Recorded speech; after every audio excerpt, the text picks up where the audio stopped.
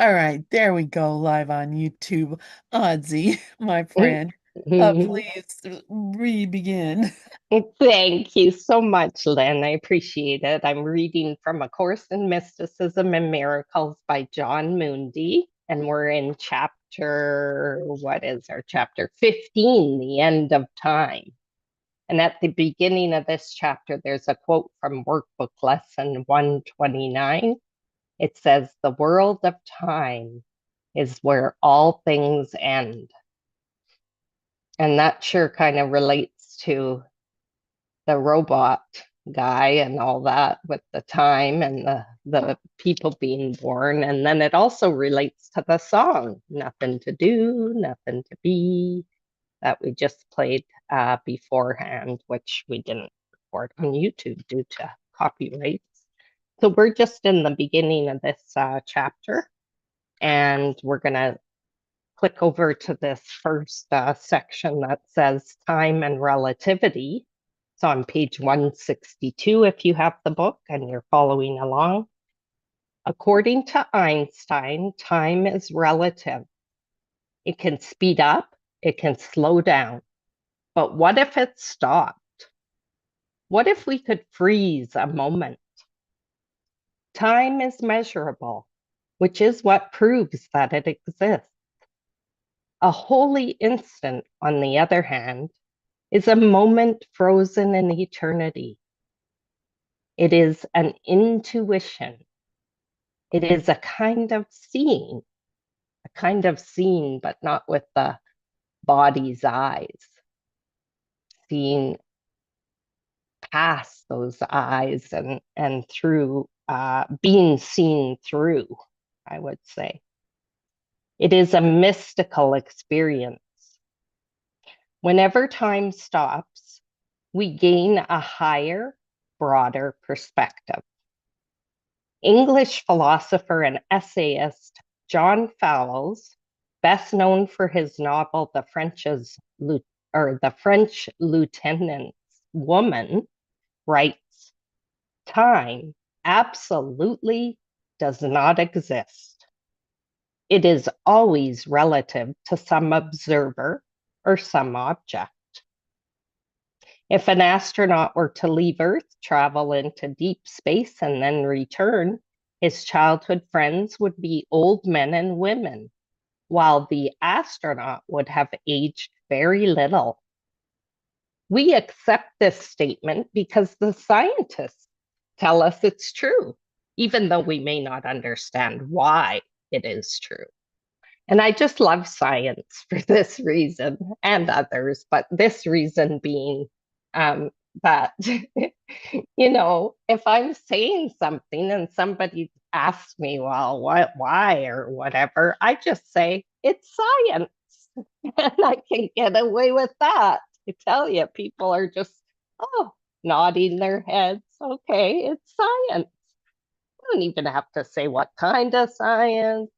I don't even have to, you know, have it be real science. I can just use it's like name dropping, you name drop these famous people. You just name drop with the science.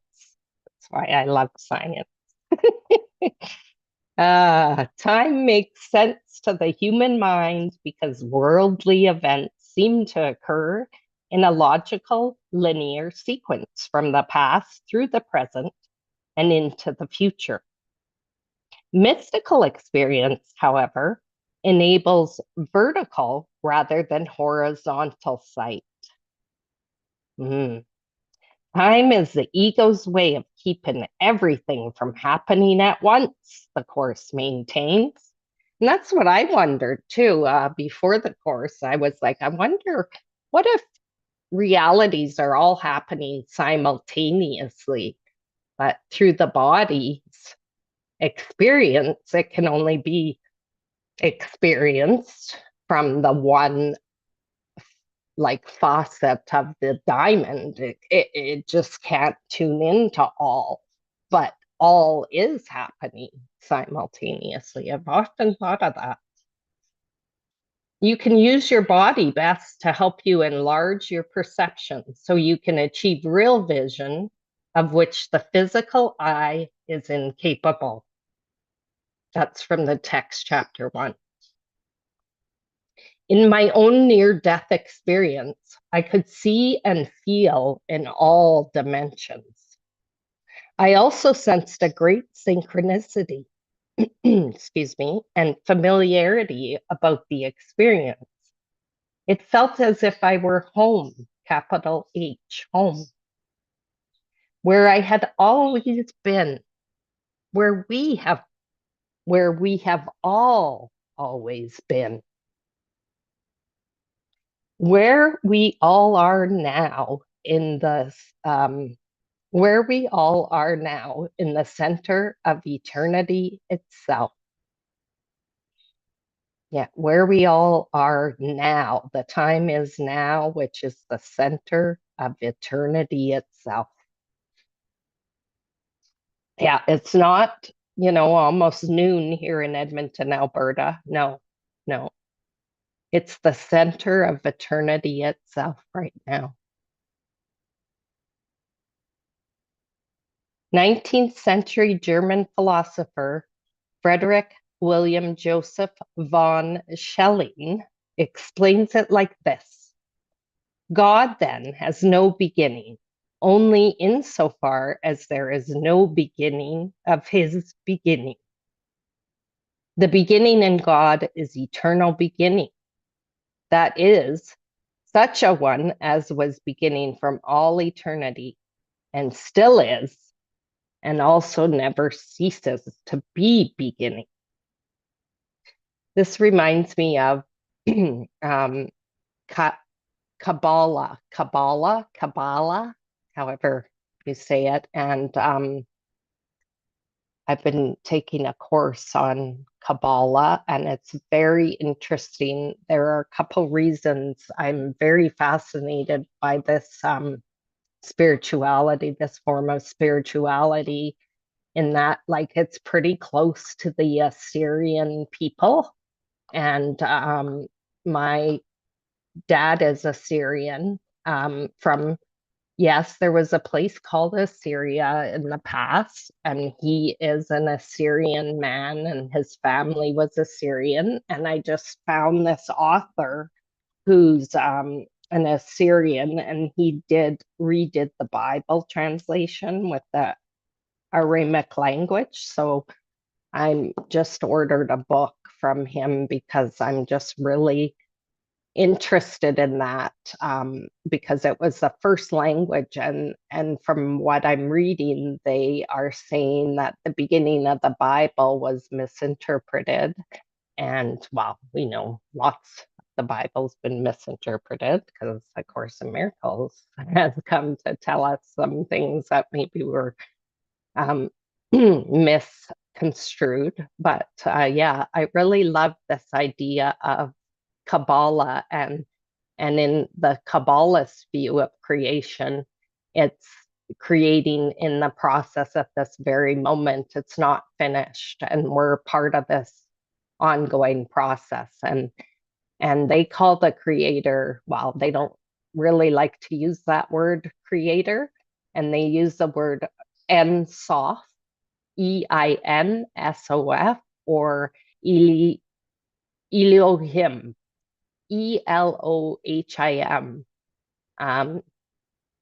Ensof is the desire to give and share of itself, and then that's how Elohim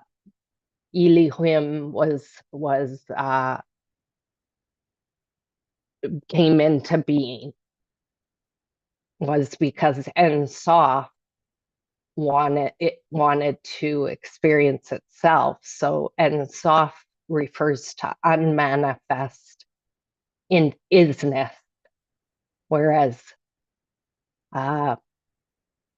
Elohim is all of us, and Ian Soft. So it's very interesting. And I love that they also talk about how Ian Soft is actually plural, but it doesn't mean more than one. And that's pretty cool. And then the part about the Bible part, I wonder if I, excuse me, I'm just wondering if I can find that. I don't know if I can find it, but I just really like the way they reinterpreted that from what I read. And it was just basically in the beginning, and it's not talking about how, I don't know if I can actually, I don't think I'm gonna say it because I feel like I'm gonna make it not be what it is. But let's say here it is. So the first line in Genesis could have been mistranslated, and the actual words, when they're translated from the Aramaic or Kabbalah, because Kabbalah, they are kind of from the first peoples too, is with a beginning created God the heavens and the earth. And God is Elohim, which is the plural word. Sorry, Ian Sof is not the plural word. Elohim is the plural word. And with a beginning, something beyond being mentioned. So with a beginning, that's it. With a beginning, nothing, we can't even talk about it, created a pluralism within itself. Out of nothingness, the potential to begin was created. So that's reminded me of ACIM or dreaming too, and unmanifest isness created within itself the possibility for creation by creating consciousness or the ability to be aware of something, literally with a beginning beyond what can be spoken, created Elohim, the heavens, and the earth. I just find that, wow, that is an amazing interpretation. Has anybody ever studied Kabbalah before or has any insight on Kabbalah? Since I'm kind of taking some time here talking about it, I'd love to hear it if you do. So, yeah, it does remind me very much of that. And I can go back to the book here, but please, if you want to speak, just pop in or raise your hand, whichever one, or in the chat. Excuse me. So let's keep going here. He's experiencing these difference, the beginning, and God is eternal beginning. That is such a one as was beginning from all eternity and still is, and also never ceases to be beginning. It's amazing how when you really strip these things down, they're all saying the same thing. And then from the text, chapter 1, we have this quote, no change. Whatever is true is eternal and cannot change or be changed. So it's, yeah. Eternity is a constant, endless, enduring, and everlasting time. Eternity, it's got all those E's, endless, enduring, everlasting. Time is fleeting, momentary, always passing away. Time passes away. That's interesting how we consider when somebody dies in physical form, we say they've passed away. The time, fleeting time, has passed the vessel away, but not the sense that life itself has never passed away, because how can life die? That's just crazy, isn't it? Life is the opposite of death. The world and our bodies live in time. Our souls live forever in eternity.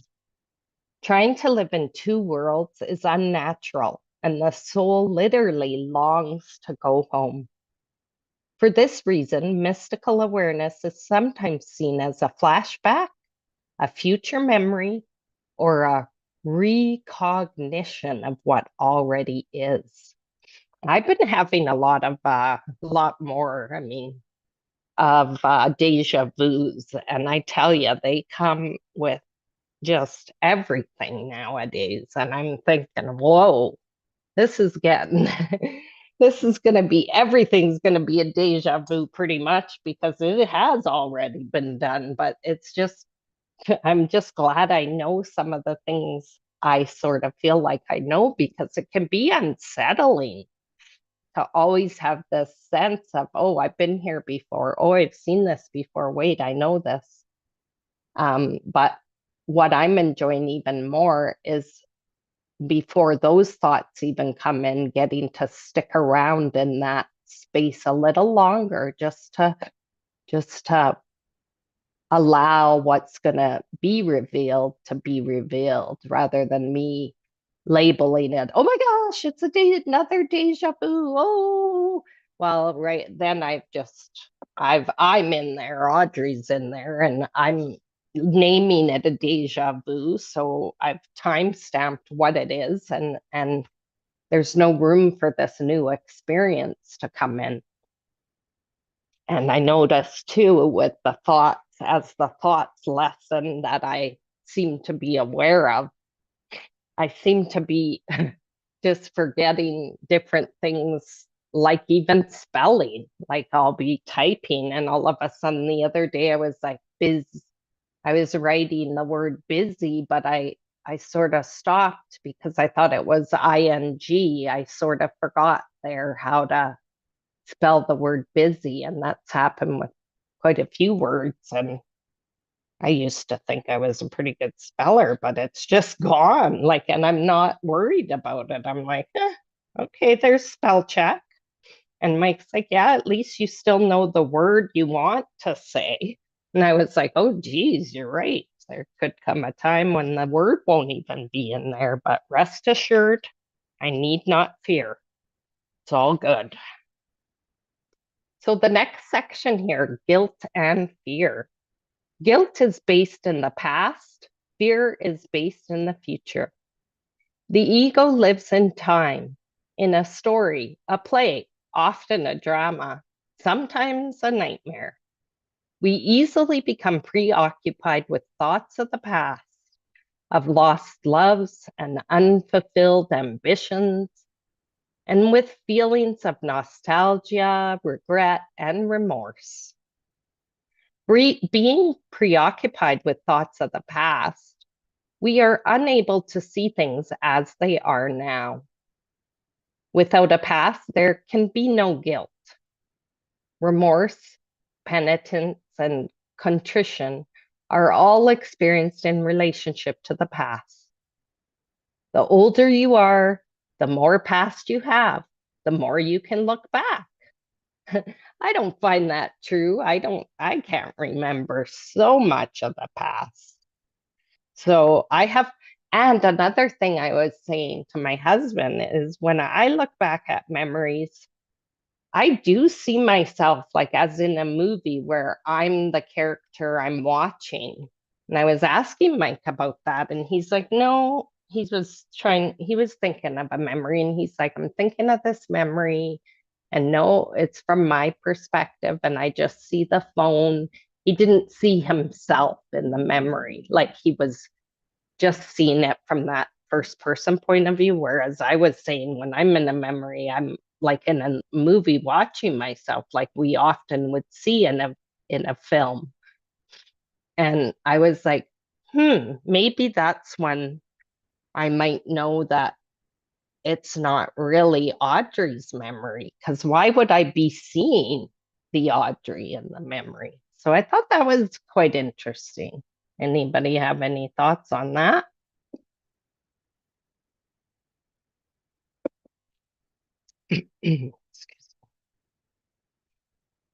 Okay. So the older you are, the more past you have, the more you can look back. You say, if only, if only, if only I had made different choices, I would have a different present. But you didn't make different choices. So you are living the present you chose. The younger you are, the more you project the future. So the little ones are the ones that are the big projectors. John Lennon once famously said, "Life is what happens while we are making other plans." Every painful lesson we learn is a part of the curriculum. Forgiveness of ourselves lies in the recognition that we can never have a different past. The past is also not here now, and now is the only time we have. From the text, chapter 15. Fear is not of the present, the Course tells us, but only of the past and future, which do not exist.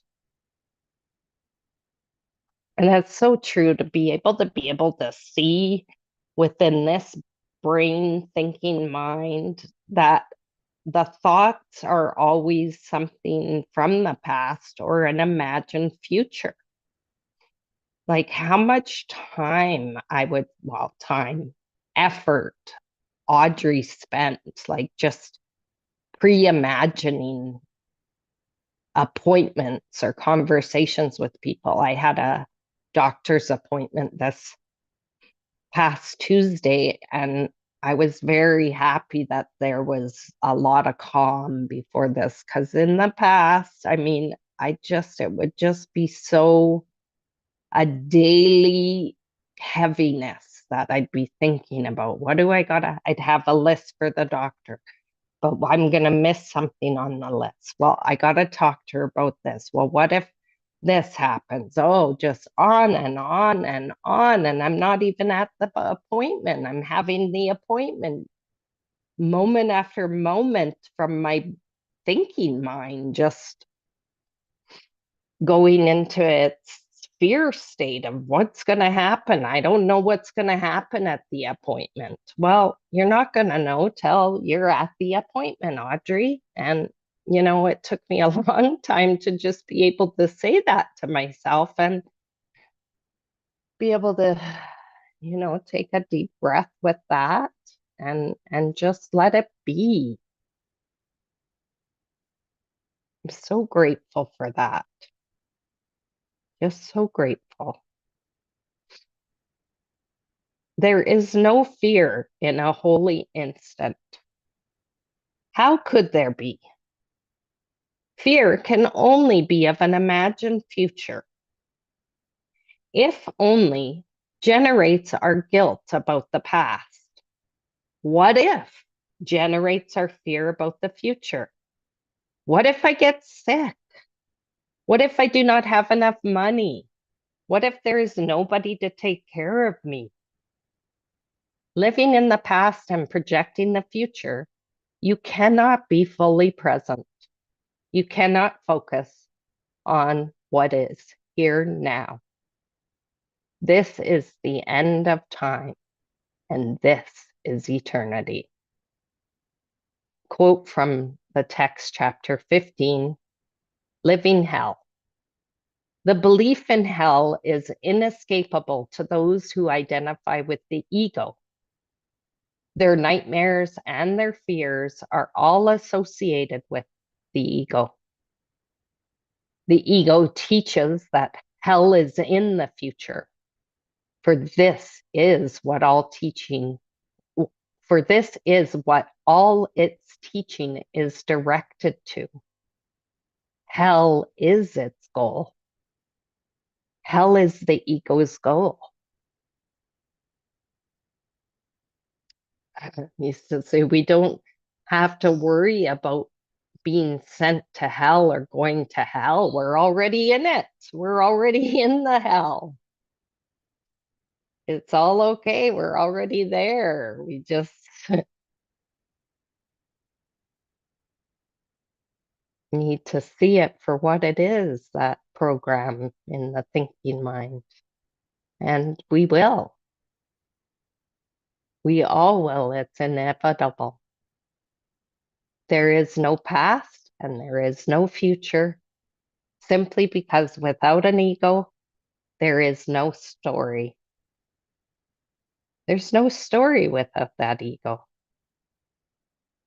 Rumi teaches us that the past and the future veil God from our sight and counsels us to burn them up. Wow, that's hell, right? The burning fire of hell. The mystical moment, on the other hand, is effervescent, vivacious, vivid, and enthralling. The ego lives in time, rehearsing the past through guilt and projecting the future through fear.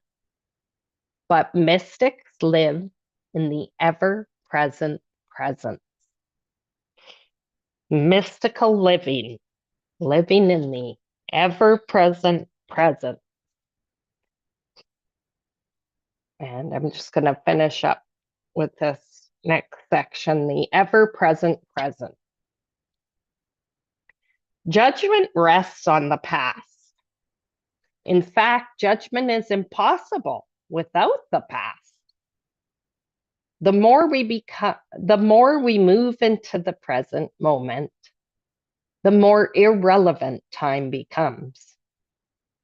What happened in the past, whatever guilt or blame we place upon ourselves or others, is not here now. Whatever happened in the past, whatever guilt or blame we've placed upon ourselves or others, is not here now. Fears of the future are also meaningless in the ever-present moment. In an emergency, our awareness is heightened, and all we perceive is the moment. What is happening in the present moment and requires our full attention.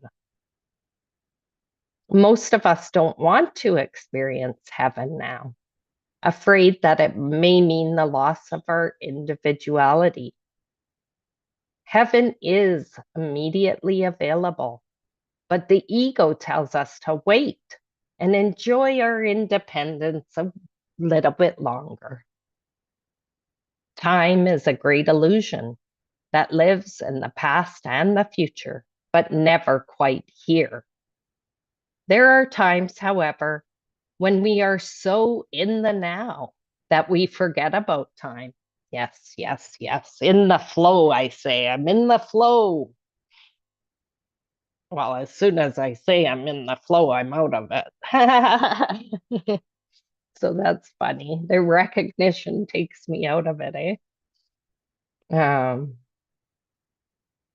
Time is the great illusion, but never quite here. There are times, however, when we forget about time, this usually happens to children when they are engrossed in play. I once asked a young man who had several mystical experiences how far he had gone. He answered, "Where?" Good answer. My question implied that there was a height to which he could ascend or a depth he could attain. But these are spatial and temporal limitations. Space and time are ego projections, and the mystic is timeless. The center of a hurricane is a point of stillness, or a tornado, that center of the tornado or the hurricane, the eye of the storm. Around this point, there is an immense amount of chaos. In the center, however, everything stops and there is complete silence. The mystic is simply someone who steps out of the center and comes into time, but never loses awareness of the center. No one ever forgets eternity. In fact, it haunts us, calling to us to return to heaven, where only God is. From this position at the center, we can have a dispassionate, objective view of the world. The world is crazy. It always has been. Throughout it all, however, mystics remain unbiased, impartial, and calm. They see the chaos and quite simply choose not to participate in it. They learn that only infinite patience produces immediate effects. This is the way in which time is exchanged for eternity, the Course teaches. Infinite patience calls upon infinite love, and by producing results now, it renders time unnecessary. From the text, chapter 5. The world's crazy. We're in hell. There's no time. I choose no longer to see and live in the chaos. I choose to remain in this unbiased, impartial calm. I choose now. I choose here and now. There is nothing else happening. Mhm.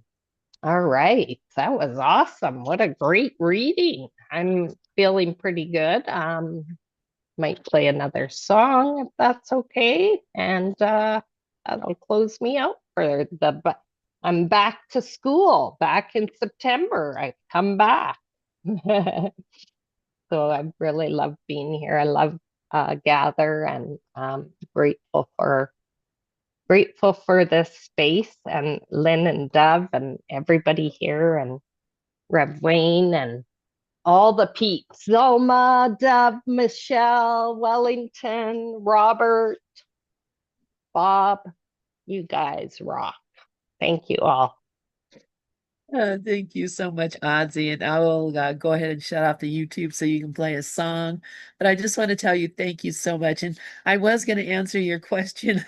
I was eating a piece of fish, and I'm like, I wanted to answer the question that you asked about, have you ever seen yourself from outside of the body in a dream or in a, I do, but I've also been outside of the body. And I think if you've had out of body experiences, which is the experience of seeing the body uh as the projection rather than uh thinking that I am the thing.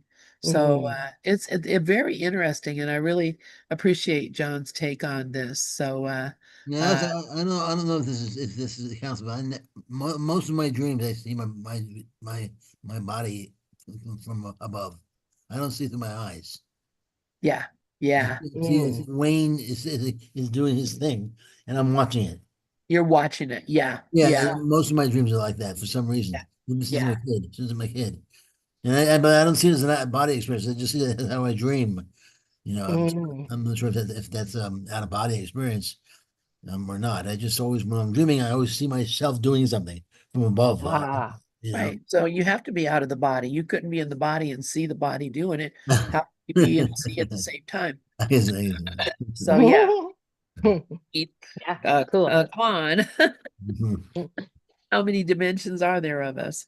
So all right, very good. All right, I'm going to go ahead and shut off the YouTube, reminding folks please click the like and subscribe if you want to see or hear more of our live action here on ACIM Gather for A Course in Miracles. And